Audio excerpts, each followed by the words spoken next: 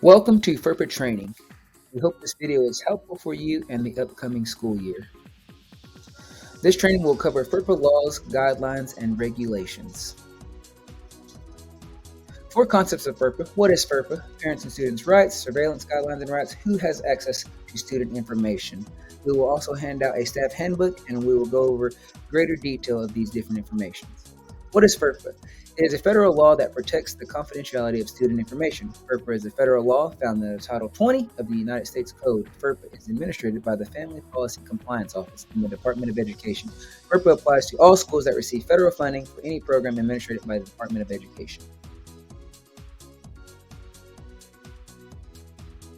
Parents and students' rights prevent the disclosure of personal identifiable information from their education records without consent, access to review and inspect student education records, opt out of giving directory information of students, deny school records to third parties outside of the school, request the opt-out form if you do not want your child contacted by military recruiters.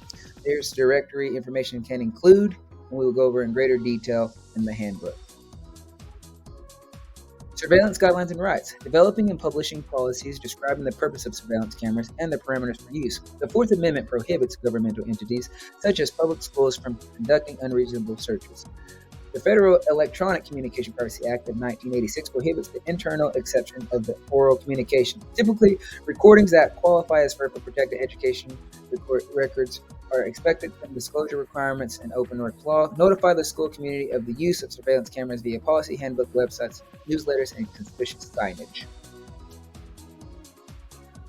Who has access to student information? Parents, students, former students, no matter their age, school officials, administrators, teachers, officials of other schools, or transferring state education agencies. In case of emergencies, appropriate persons, law enforcement, medical professionals, parents of an adult student. Here's another example of education record information, and we will go over in greater detail in the handbook after the video.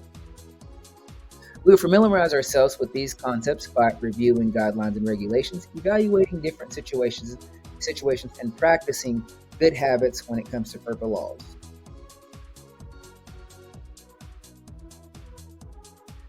Remember, assume all information directly related to a student is part of the student's education record and therefore cannot be disclosed without written consent, but FERPA allows a few specific exceptions.